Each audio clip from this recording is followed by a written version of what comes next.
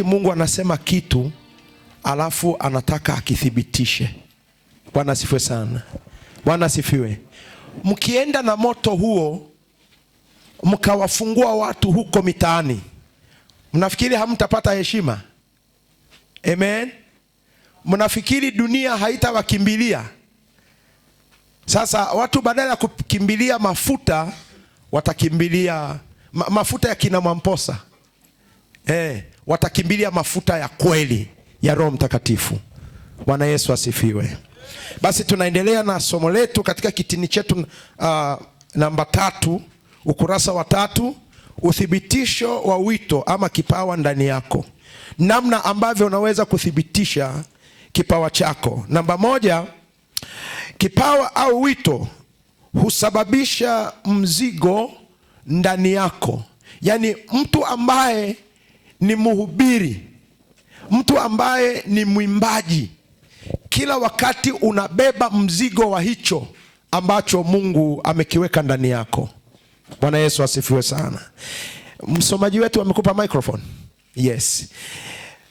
Hesabu sura 11, soma mstari wa 11, utaruka uende mstari wa 16 na mstari wa 17. Hesabu sura ya 11 mstari wa 11, ndio. Utaruka uende mstari wa 16 na mstari wa 17. Nitasoma. Amen. Musa akamwambia Bwana, mbona umetenda uovu, umenitenda uovu mimi mtumishi wako. Nitarudia. Musa akamwambia Bwana, mbona umenitenda uovu mimi mtumishi wako? Kwa nini sikupata neema machoni pako hata ukanitwika mzigo wa watu hawa wote juu yangu? 16:17 nasema, kisha Bwana akamwambia Musa, nikusanyie watu 70 miongoni mwa wazee wa Israeli, ambao wewe wajua kuwa ndio wazee wa watu hawa, na maakida juu yao, ukawalete hata hema ya kutania, wasimame huko pamoja nawe. Nami nitashuka niseme nawe huko, nami nitatwaa sehemu ya roho iliyo juu yako, na kuiweka juu yao, nao watachukua mzigo wa watu hawa pamoja nawe, ili usiuchukue wewe peke yako. Soma mstari wa 1 na mstari wa 2. Sura 11 mstari wa 1 na 2 nitasoma. Kisha hao watu walikuwa kama wanunikao wakinena maovu masikioni mwa Bwana. Bwana aliposikia hayo, hasira zake zikawaka, na moto wa Bwana ukawaka kati yao, ukateketeza katika mipaka ya mwisho wa malago. Ndipo watu wakamlilia Musa, naye Musa akamwomba Bwana, na ule moto ukakoma.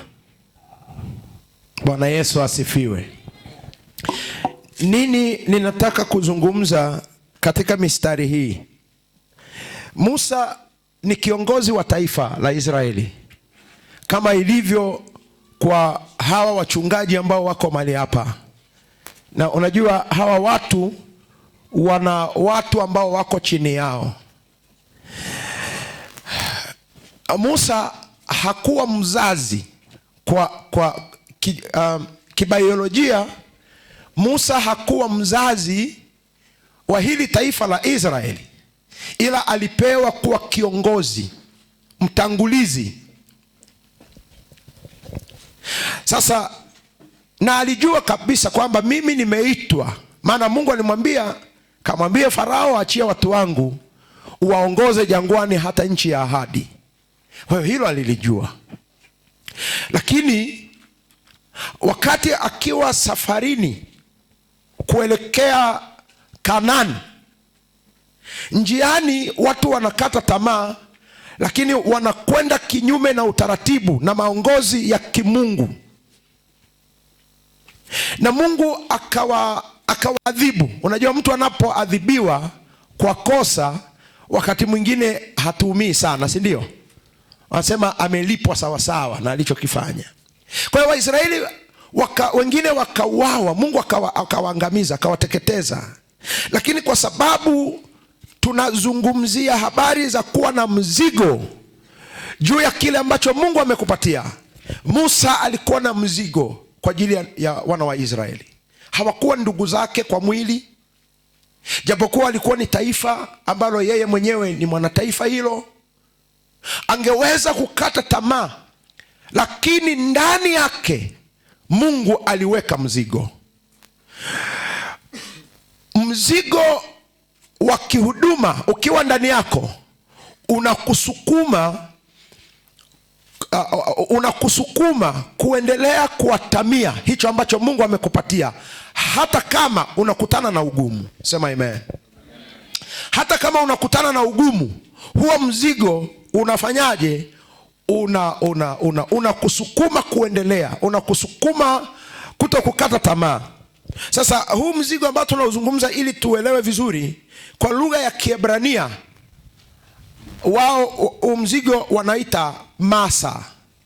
Wale ambao wana vitini huko wanaona tumeiandika ni MASSA, masa. Hii masa ndani yake ina vitu vitatu. Jambo la kwanza ni mzigo wenyewe ama msukumo, au ile wazungu wanasema the desire, ham. Yani kipawa kikiwa ndani yako unapata hamu. Ndio maana jana walipotangaza, jamani tutakuwa na nini, ile jana mlikuwa nayo talent. Unaona?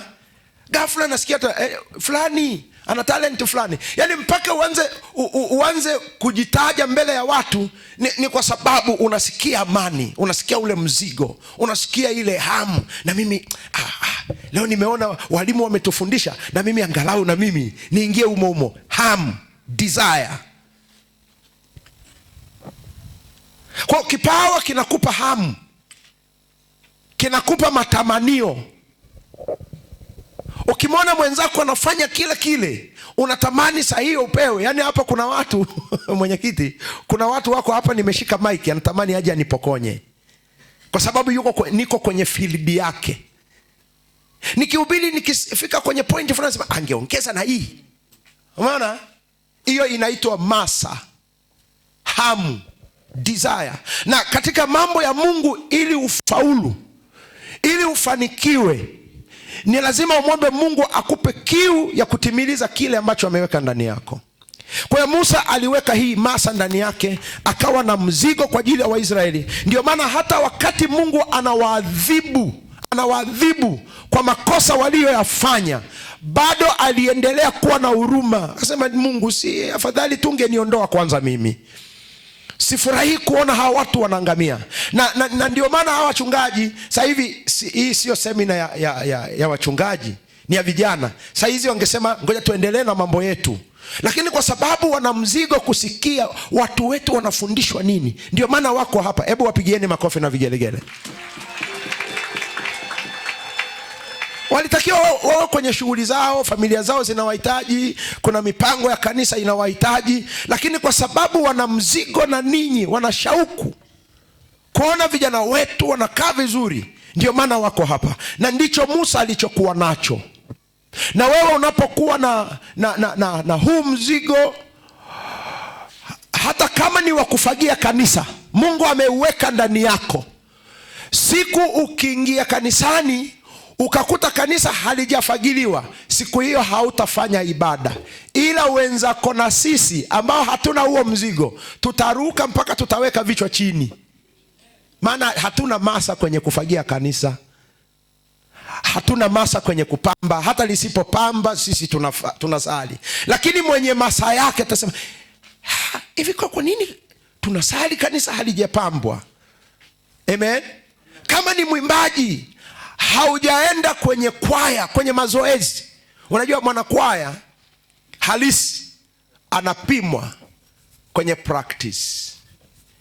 Mtu wa praise and worship, ukitaka kujua ni mtu wa praise and worship, tunampima kwenye practice. Ukimwona mwanakwaya, yeye kila siku, unajua kuna kwaya zingine wanaweka attendance register. Ukimkuta huyo mwanakwaya ambaye ziko nyingi, hana masa, weka pembeni. Na hao ndio unakuta wanaleta vurugu kwenye kwaya, wanaleta vikwazo, wanaleta shida, kwa sababu wako kwenye tuta ambalo haliwahusu. Mwenyekiti, fukuza au msaidie, umuombee ili na yeye apate masa. Haleluya, Bwana Yesu asifiwe sana. Kwa hiyo ili uthibitishe kwamba hiki kipawa, hii huduma ninayoifanya ni ya kwangu, angalia msukumo ulionao katika hilo. Ukiona msukumo wako haukusukumi sana, ukifanya sawa, usipofanya sawa, ujue huo wito sio wako. Maana tuko katika kuthibitisha, kipengele cha kuthibitisha wito kama ni wako wako. Haleluya, haleluya, haleluya, haleluya. Jina la Bwana litukuzwe. Kwa hiyo namba moja ni mzigo wenyewe au shauku. Lakini namba mbili, na ni ya muhimu sana kama una kipawa, ya muhimu sana, na hizi uziandike. Namba 2, maono. Maono. Mtu mwenye wito ana maono. Ndio maana hapa askofu mkuu wetu ni askofu kweli, ni askofu wa taifa.